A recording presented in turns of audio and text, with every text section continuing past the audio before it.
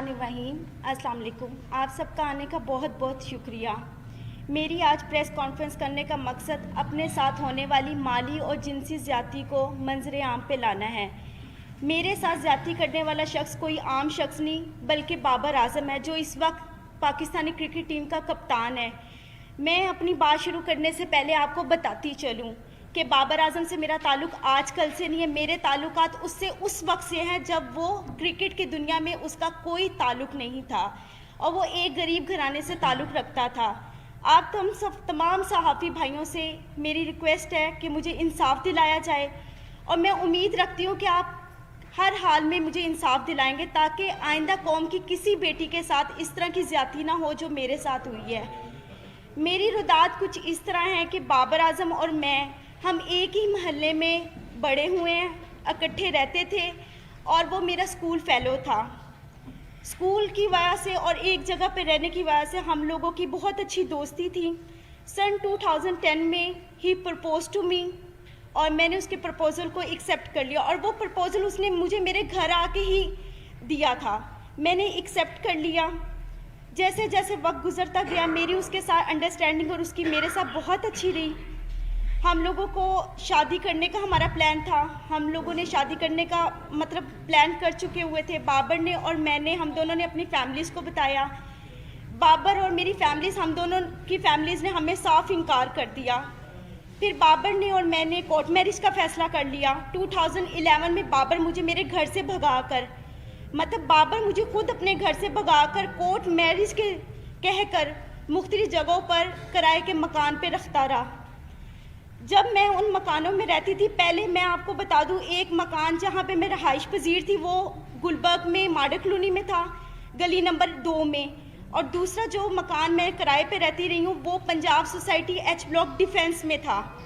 वहाँ पे हम रहते रहे हैं। मैंने बाबर को कई मरतबा उस दौरान इसरार किया कि हम शादी कर लेते हैं, लेकिन बाबर ने मुझे यही कहा हमेशा कि अभी हमारे हालात ठीक नहीं है, थोड़ा वक्त गुजर जाए फिर हम निकाह कर लेंगे।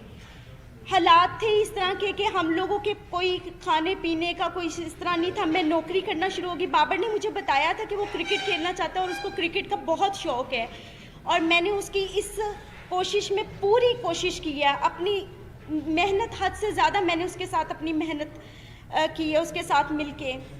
2014 में ऐसे वक्त गुजरता गया है। 2014 में से पहले मेरा सैलून, मैंने नौकरी के साथ साथ सैलून बनाया।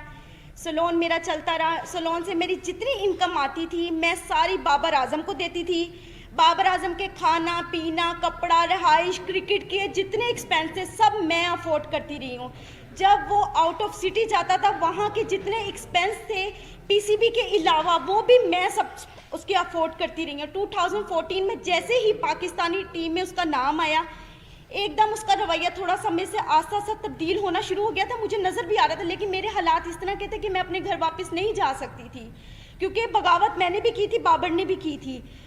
फिर 2014 में बाबर आज़म ने मैंने फिर उसको इंसिस्ट किया कि हम लोग शादी करते। उसने कहा अभी शुरुआत है, थोड़ा वक्त गुजार लो, हम आस्ता आस्ता और मज़ीद अपने आप को स्ट्रॉन्ग कर लें, अपने हालात बेहतर कर लें, हम शादी कर लेंगे। वक्त गुजरता गया। 2016 में I was pregnant in 20 weeks. जब मैंने बाबर को बताया, उसका ये खबर सुन के एकदम रवैया इतना अजीब हो गया मेरे साथ, जैसे मैंने कोई गुनाह कर लिया है। मुझे मारा पीटा, काफ़ी मुझे इंसिस्ट किया और मैं उस वक्त बेबस थी बिकॉज मेरे पास तो कोई और ऑप्शन नहीं था। तो बाबर आज़म ने मैं आखिर उसकी इस बात में मैं हामी भर ली। वो मुझे बेगम कोर्ट पे एक it was very congested place जहाँ पे वो मुझे ले गया इस्तिकाते हमल के लिए।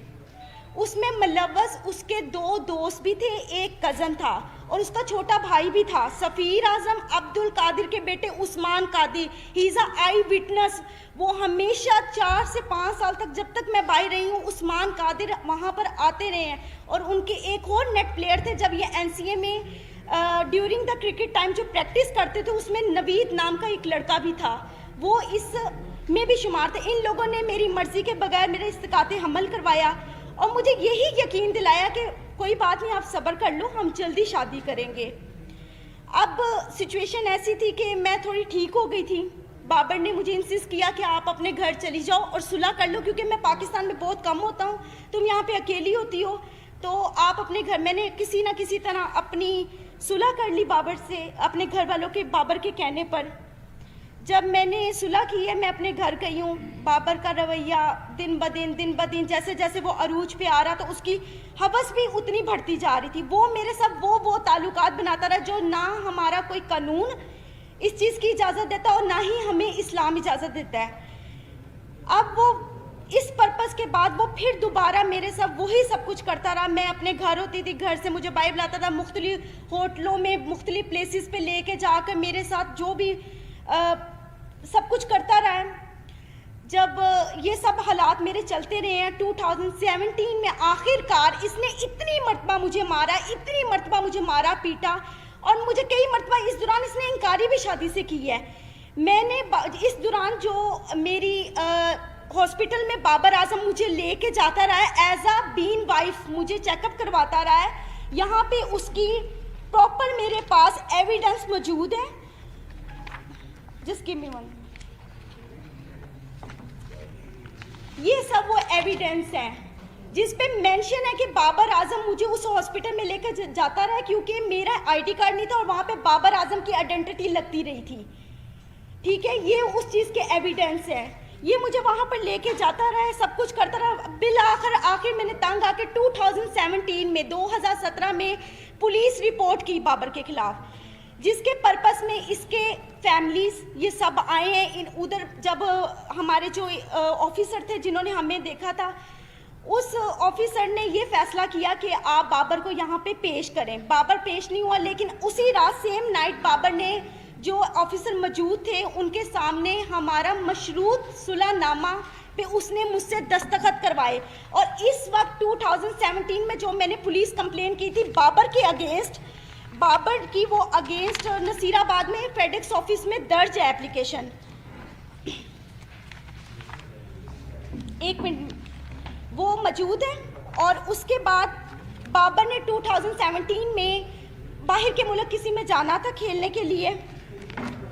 2017 میں جب کمپلین کے بعد بابر نے جانا تھا اور ہمارے یہاں پہ آئی تھنک کوئی PSL بھی ہو رہے تھے، تو میں نے بابر سے صلح صرف اس وجوہات پہ کی تھی کہ بابر مجھ سے شادی کرے گا. اور بابر نے مجھے خود اس چیز کا یقین دلایا تھا کہ وہ مجھ سے شادی کرے گا.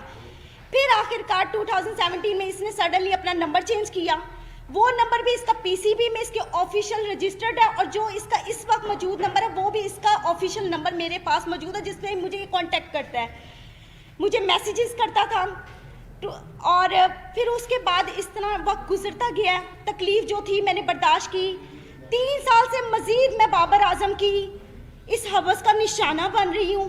اب اس نے آ کر مجھے صاف انکار کر دیا کہ نہ میں نے تم سے شادی کرنی ہے، نہ میں تم سے کوئی تعلق رکھنا چاہتا ہوں، اور نہ ہی تم میرا کچھ بگاڑ سکتی ہو. وہ اپنی اس پاور کو غلط استعمال کر رہا ہے. 10 سال اس نے مجھے اتنے برے طریقے سے ذلیل و خوار کیا، ہوس کا نشانہ بنایا. آج وہ بالکل انکاری پہ آ گیا ہوا ہے، بالکل. کیونکہ آج سے 10 دن پہلے بھی میں نے اس کے خلاف پولیس کمپلین کی، کیونکہ 20 نومبر کو جب اس نے جانا تھا اس سے 1 دن پہلے، میں آپ کو لائیو اس چیز کے سب ثبوت دکھاتی ہوں. اس نے مجھے کال کی، اس نے کہا اگر تم کسی بھی پولیس کے پاس گئی یا تم نے مجھ سے اب مطالبہ شادی کا کیا تو تم اپنی جان سے بھی جاؤ گے، اور تمہیں یہی نہیں پتا کہ میں تمہارے ساتھ کروں گا، کیونکہ ساری زندگی اس نے مجھے مارا پیٹا تو ویسے بہت زیادہ ہے. حد سے زیادہ زیادتی کے بعد آج میں یہاں پہ انصاف لینے آئی ہوں. جی اچھا، یہ آپ نے پچھلے 10 سال کی اپنی اور بابر اعظم کی غلطیوں کی پریس کانفرنس کر رہی ہیں. جی ٹھیک ہے نا، آپ کی ان غلطیوں سے ہمارا کیا لینا دینا؟ پہلے یہ کلیئر کریں. دیکھیں، آپ کا لینا دینا یہ ہے کہ میرا حق ہے، میں قانون کے پاس جا سکتی ہوں. جب میں قانون کے پاس گئی، میں DSP کے پاس غالب مارکیٹ گئی ہیں. SP غالب مارکیٹ نے پہلے سنا ہے، انہوں نے میری اس ایپلیکیشن کو ٹرانسفر کر دیا مارڈر ٹاؤن DSP کے پاس. آج تک DSP نے دوبارہ مجھے پوچھا ہی نہیں ہے. بابر اعظم کے پاس میرے تمام ویڈیوز، میری ہر چیز اس کے پاس موجود ہے، ہر چیز موجود ہے. صرف وہ اپنی پاور دکھانا چاہتا ہے. जहाँ जहाँ पीसीबी ने जहाँ जहाँ इनको कमरे ठहरवाए पाकिस्तान के अंदर जब ये मैचेस खेलते थे, उसके साथ वाला हमेशा कमरा मेरा हुआ है, हमेशा। वो अभी भी अपने नंबरों से मुझे कॉल्स की हैं उसने मुझे धमकियां दी हैं, डराने की, मारने की, ये सब मौजूद है।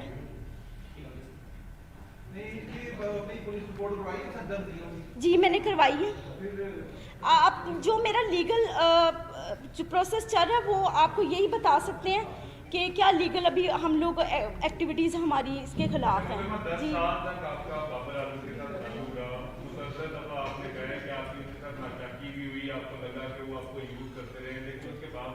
देखिए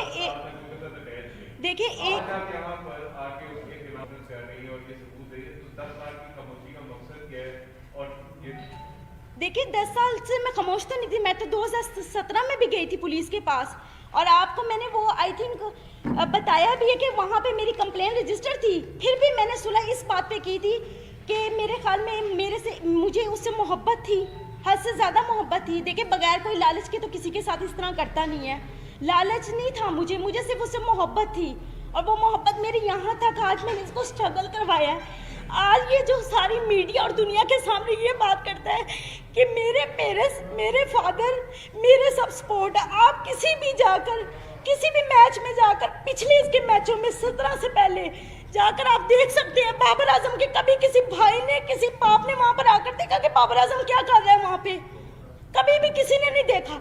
और आज तक 10 सालों में मैं बाबर आजम के एक पैसे की रवादार नहीं हूँ, क्योंकि मैं खुद सेल्फ मेड वूमेन हूँ, खुद कमाने वाली हूँ, क्योंकि मैंने बड़ी मेहनत की है दिन रात इसके पीछे कि ये किसी स्ट्रगल करके इसके किसी मुकाम पे पहुंच जाए। No doubt he is a very brilliant player, उसने मेहनत की है, लेकिन उस मेहनत के अलावा इंसान को और भी चीज़ों की ज़रूरत होती है, मेंटली तौर पे, फिनेंशियली तौर पे, सबसे